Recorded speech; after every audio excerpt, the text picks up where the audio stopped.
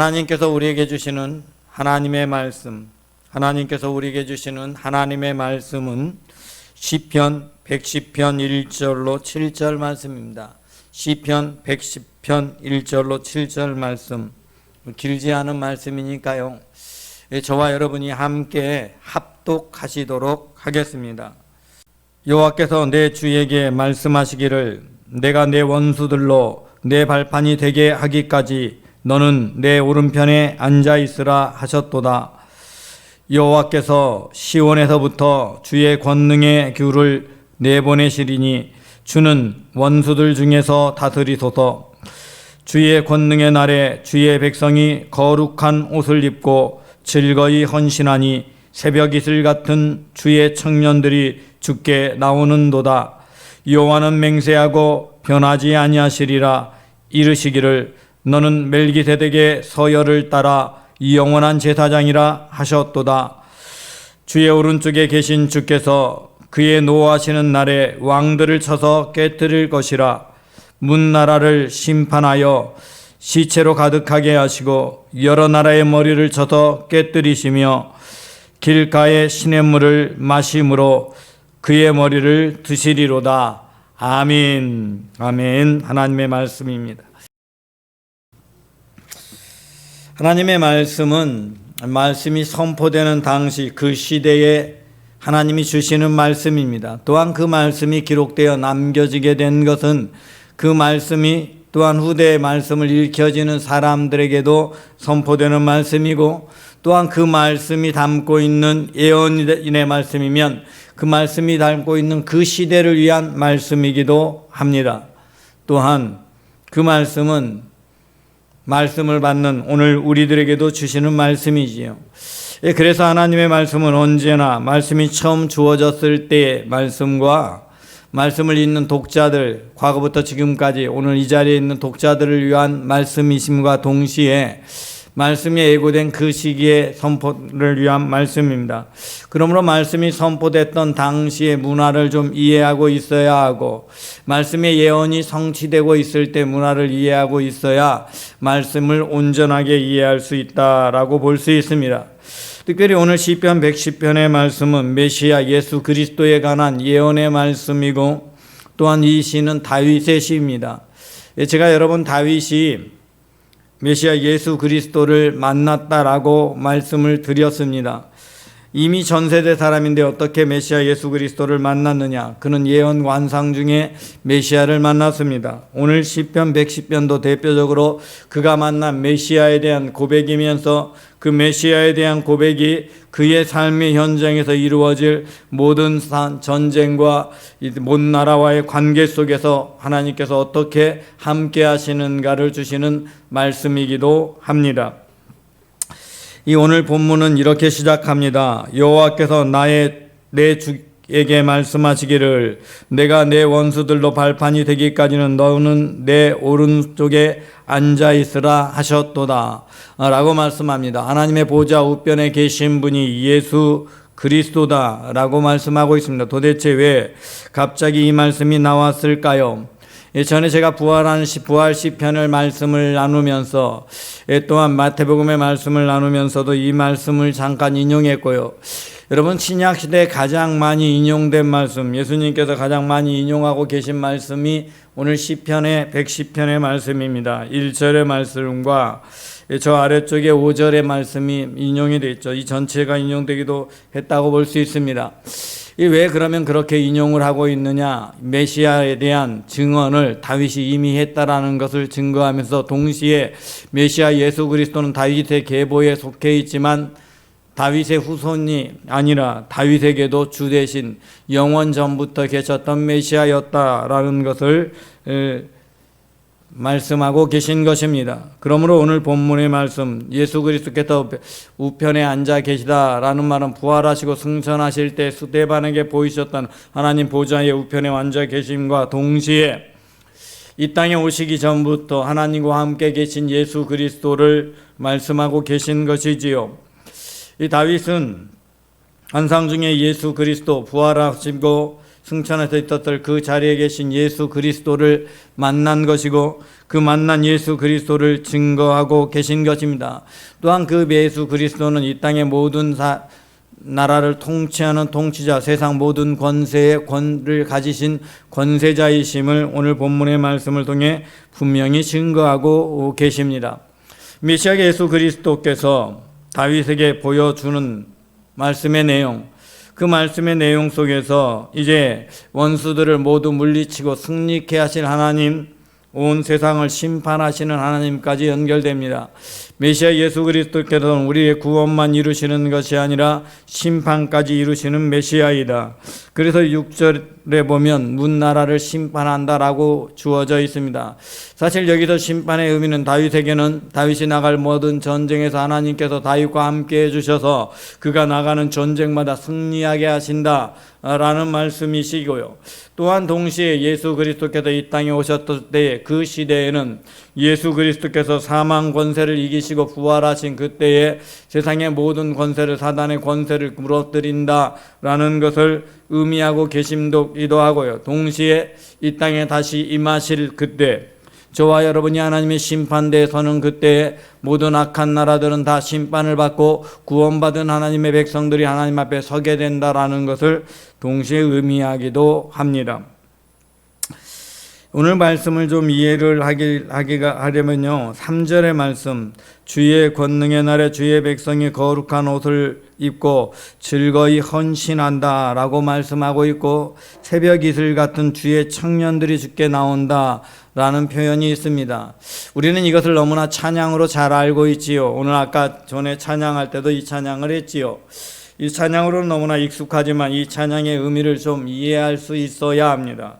이 도대체 거룩한 옷을 입고 헌신한다라는 의미가 무엇일까라는 것을 우리가 깨달아야 온전히 주님께서 주신 이 시편 110편의 말씀이 오늘 나에게 주시는 교훈이 무엇이고 나에게 어떠한 삶을 살아갈 것을 요구하시는가를 알 수 있기 때문입니다.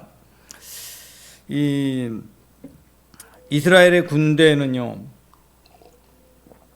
이스라엘뿐만 아니라 온 세계의 모든 군대는 이 초창기에는 처음부터 상비군이라는 게 있지 않았습니다. 왜냐하면 상비군을 만들어 놓고 계속해서 군사를 조련하고 군사들을 세워놓고 지금 우리나라처럼 저렇게 해두고 있다면 엄청난 비용이 들지요. 그런데 옛날에는 경제적으로 그렇게 어느 나라도 먹을 게 풍성할 수가 없습니다. 그러니 군사를 계속 두고 있을 수, 전쟁만 하는, 훈련받고 전쟁만 싸우는 군사가 있을 수는 없습니다. 이 로마 시대처럼 다른 나라를 계속해서 정복해서 물자를 약탈해 올 수 있다면 모를까. 그렇지 않는 한 군사만 있는 제도는 존재하는 나라가 거의 없었습니다. 더 특별한 나라들 뿐이었지요.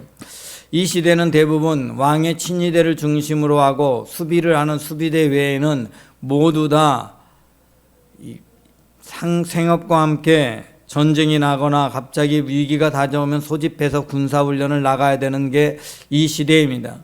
이때는요, 대부분 자기가 자발적으로 명령을 하면 군사로가 소집이 됩니다. 특별히 이스라엘은요, 이 월급을 주는 군사제도가 아닙니다. 상비군의 소수를 제외한 나머지 모든 사람들은 전쟁이 나서 나팔의 소리가 울려들면 싸우기 위해서 각자 무기를 가지고 나아가는 거예요. 그렇게 나가서 전쟁을 하는 겁니다. 오늘날도 스위스란 나라는 군사가 엄청나게 많지도 않은데 사실은 그 나라의 군사력을 무시할 수 없는 군사력을 가지고 있는 나라입니다. 이 세계 용병을 과거부터 스위스 사람들이 하기도 했지만 지금도 모든 사람들의 집에 총이 있습니다. 그런데 놀라운 것은 이들은 총을 쓰지 않습니다. 거의 쓰지 않아요. 개별적으로 혼자 스스로 자발적으로 군사훈련 나가서 일정기간 훈련을 받고 항상 예비군이 되어져 있습니다. 전쟁이 나면 언제든지 무기를 들고 나가서 싸울 수 있도록 준비되어 있는 것이지요. 이 당시에 군대가 그랬다라고 보시면 됩니다. 그러니 지도자가 누구냐에 따라서 나팔을 불면 잘 나오기도 하고 그렇지 않기도 하죠. 그래서 사사시대에 유능한 사사가 나타나면 전쟁에서 다른 나라들을 쉽게 이기기도 하지만 그렇지 않으면 다른 나라의 식민지가 돼서 살아가는 까닭이 무엇이냐? 불러도 오지 않으면 지는 것이고 불러서 잘 모여들기 시작하면 전쟁에 이기는 것입니다. 우리나라 역사 속에서 백제라는 나라가 의자왕 때, 의자왕 하면 나쁜 왕으로만 기억하지만 의자왕 때 가장 강한 나라였습니다.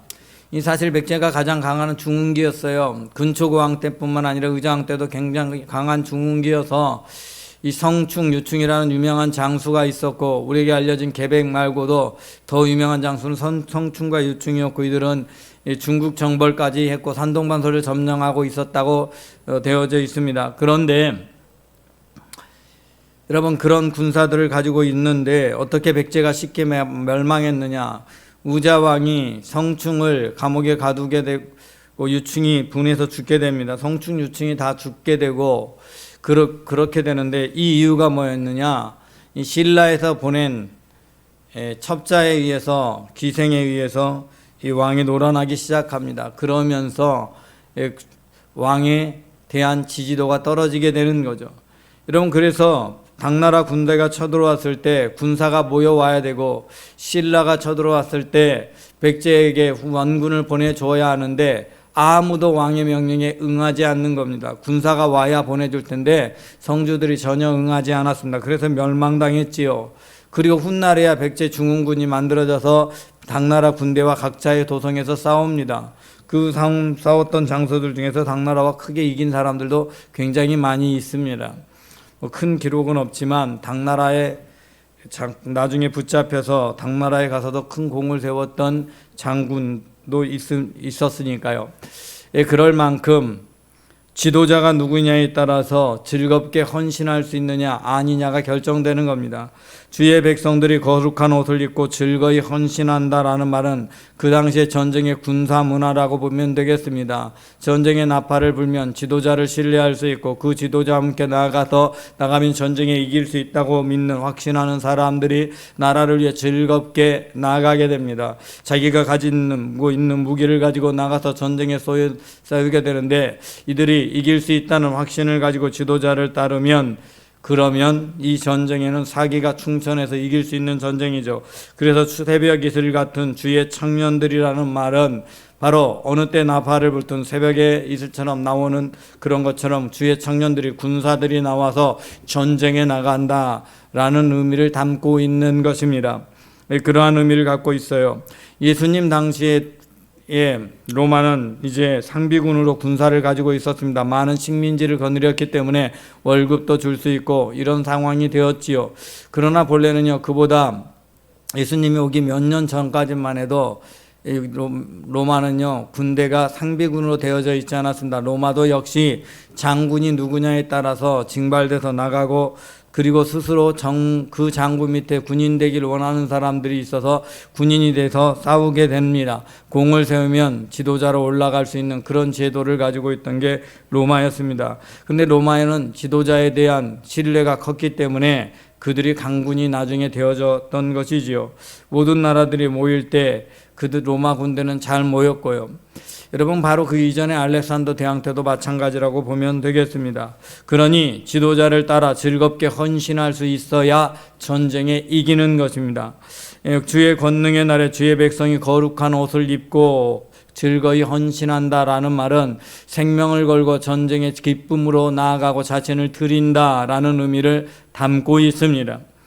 그러므로 그 전쟁에 나가서 승리하게 하시는 거죠. 이런 청년들을 누가 그러면 불러 모을 것인가? 다윗의 시대는 다윗 왕이었다고 할 수 있죠. 하지만 오늘 본문에서 우리에게 그렇게 우리가 누구 때문에 나가야 되는가? 누구를 대장으로 모시고 그렇게 나가야 되는가? 저와 여러분 예수 그리스도를 구주로 믿기에 우리의 구원자 되신 예수 그리스도를 우리의 주인, 우리의 군대의 장군으로 모시고 우리는 전쟁에 나가는 마음으로 헌신한다라는 겁니다. 그래서 저와 여러분 모두는 그리스도의 좋은 군사가 되어야 한다라고 말합니다. 우리가 믿는 예수 그리스도는 어떤 분이신가? 그분은 바로 하나님 보좌 우편에 계신 하나님과 함께 이 땅을 통치하시는 분이시고, 그분은 이 땅에 오셔서 우리의 죄를 대속하셔서 우리의 죄의 문제를 해결하시고 사탄 마귀의 권세를 이미 깨뜨리신, 그래서 우리에게 승리의 약속을 주신 주님이시고 부활하셔서 하나님의 나라 보좌 우편에 계신 그분입니다. 다시 오셔서 이 땅을 심판하시는데 그 심판하실 그때는 모든 대적들, 악한 사단에 속한 모든 이들을 다 멸하시고 하나님께 속한 저와 여러분과 함께 하나님 나라 백성으로 저와 여러분을 인도해 주실 분이 바로 예수 그리스도. 우리는 그 장군 예수 그리스도를 우리의 장군으로 모신다라고 고백을 하는 겁니다. 그러면 이 예수 그리스도는 다윗 아래에 있을 수 있느냐? 다윗의 계보에 있을 수 있느냐? 우린 이브리서를 말씀을 통해서 예수 그리스도는 천사보다 뛰어나다라고 배웠고 사람보다 뛰어나고 어떤 누구보다 다른 뛰어난데 그는 멜기세덱의 반차를 따른 분이다라고 배웠습니다. 여러분 히브리서 말씀에 그렇게 말씀하고 있는 까닭은 바로 오늘 시편 110편에 나와 있는 말씀 때문입니다. 시편 110편 4절을 보면 여호와는 맹세하고 변하지 아니하시리라 이르시기를 너는 멜기세덱의 서열을 따라 영원한 제사장이라 하였다. 주께서 내 오른쪽에 계신 주께서 주의 오른편 하나님의 오른편에 계신 주께서 또 말씀하시고 또 노하셔서 왕들을 치신다. 이 바로 주님이 멜기세덱의 반차를 따랐다라고 말씀합니다. 멜기세덱의 반차. 이 멜기세덱은 아브라함 때에 아브라함에게 축복했던 모든 다른 다섯 왕들이 패해서 끌려갔던 그 시대에도 상관없이 있는 왕, 영원한 왕, 평화의 왕인 그 멜기세덱이 바로 메시아 예수 그리스도라는 이야기죠. 그 계보를 따라 난 그러니 다윗의 계보 아래 있을 수 없습니다. 그러면 왜 아브라함과 다윗의 자손 예수 그리스도의 세계라 또는 다윗의 후손이라고 표현하느냐? 여러분 이스라엘은요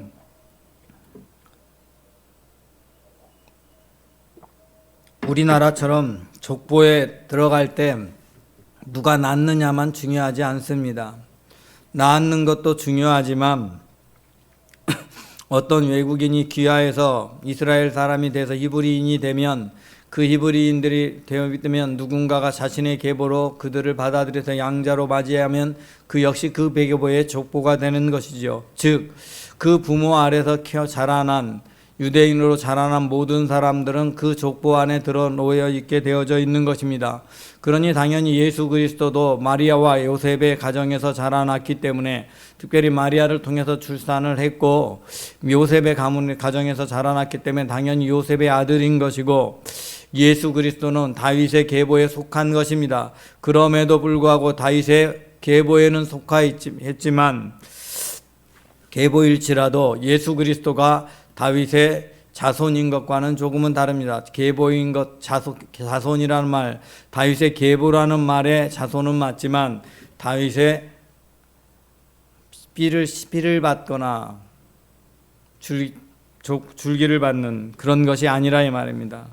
여러분 우리가 구원받을 때 저와 여러분도 누군가의 족보를 따라 구원받은 것이 아닌 것처럼 예수 그리스도 역시 누군가의 족보를 따라 오신 분이 아니라 예수 그리스도는 멜기세덱의 반차를 쫓아 이 땅에 오셨어요. 그러나 다윗의 계보 속에 오신 것이지요. 이 다윗의 계보 속에 오신 예수 그리스도, 메시아인 예수 그리스도께서 이 땅의 통치자이고 왕이고 그 예수 그리스도는 당연히 다윗이 주라고 고백할 수밖에 없는 분입니다. 오늘 본문에서도 주의 오른쪽에 계신 주께서라고 하면서 이 메시아 예수 그리스도를 주라고 표현하고 있는 까닭은 바로 거기에 있습니다. 다윗은 예수 그리스도를 주로 고백하고 있습니다. 물론 저와 여러분도 예수 그리스도를 메시아 주로 우리는 고백합니다. 그러므로 우리는 주 대신 예수 그리스도를 따릅니다. 우리가 주 대신 예수 그리스도를 따르며 주의 군사가 되고 주님이 나를 부르면 언제든지 그 부르는 사명의 일을 향해 나를 즐거이 헌신하여 드리는 믿음의 사람이 되어야 합니다. 그렇게 즐거이 나를 헌신하기 위해서는 거룩한 옷을 입어야 됩니다. 이 거룩한 옷 역시 예수 그리스도로 옷 입는다라는 겁니다. 예수 그리스도의 군대의 옷을 입는 거예요. 여러분 군인이 되면 군복을 입어요. 군복을 입으면 그 장군이 주고 내려주는 그 부대에서 내려주는 옷을 입지요. 우리는 하나님께서 내려주신 옷을 입는 겁니다. 예수 그리스도의 군대라는 옷을 입는 거죠. 그러니 저와 여러분은 예수 그리스도로 옷 입는 것이고, 그 옷을 입도록 인쳐주시는 분은 성령 하나님이시죠. 성령 하나님께서 저와 여러분을 하나님의 백성 삼으셔서 하나님께서 원하시는 영적 전쟁에 저와 여러분을 부르시고, 저와 여러분에게 예수 그리스도로 옷 입혀주시면 우리는 메시아이신 예수 그리스도를 옷 입고 세상의 모든 영적 전쟁에 담대히 나가서 그 전쟁에 임하고 싸우게 되는 것입니다. 세상의 어떤 세력들이 우리를 멸하려 하고 우리를 공격하여도 예수 그리스도의 군사된 저와 여러분, 예수 그리스도의 옷 입은 저와 여러분은 결코 이길 수 없습니다. 오늘 본문의 말씀처럼 모든 왕들을 깨뜨리시는 메시아이신 예수 그리스도께서 우리를 대적하는 모든 사탄의 권세를 다 이미 깨뜨리셨고, 또한 지금도 우리를 괴롭게 하는 사탄의 유혹들로부터 우리를 이기게 하시고 모든 영적 전쟁에서 승리하게 하실 것입니다. 그러므로 저와 여러분은 하나님 나라에 들어가는 그날까지 하나님의 주신 은혜 안에 달아가며, 주님께서 저와 여러분을 들으셔서 예수 그리스도를 머리를 드셔서 하나님 보좌 우편에 세우신 것처럼, 또한 마지막 날에 통치자로 세워주신 것처럼 저와 여러분을 하나님의 백성으로 들어주셔서 하나님 앞에 즐거이 헌신하며 주의 일에 쓰임받는 저와 여러분은 왕같은 제사장으로 저희와 여러분을 세워주시고 하나님의 나라에서 영원토록 주님과 함께하는 믿음의 사람으로 세워가실 줄을 믿습니다. 저와 여러분 모두 그러므로 거룩한 백성 되길 원합니다. 거룩한 옷, 예수 그리스도 주의 백성된 옷을 입으시기 바랍니다. 예수 그리스도로 옷 입는다라는 말은 주님께서 가신 길대로 따라가고 주님의 명령대로 살아가고 주님의 말씀에 따라 살고 죽고 생명을 걸고 살아가는 사람이다 라는 의미입니다. 즉 저와 여러분은 이제 예수 그리스도로부터 옷 입은 존재이기에 이제는 주님의 말씀이면 생명을 내어놓고 싸워야 하는 것이고, 생명을 내어놓고 가라 하면 가고 멈추라 하면 멈춰야 되고, 생명 내어놓고 모든 일을 하나님이 기뻐하는 일에 저와 여러분을 드리는 존재가 되어야 한다 이 말입니다. 주님의 앞에 새벽 이슬 같은 청년 되려면 예수 그리스도로 옷을 입으시고 예수 그리스도를 따르는 믿음의 사람, 주님의 말씀만 따라 사는 신실한 하나님의 백성 되시기 바랍니다.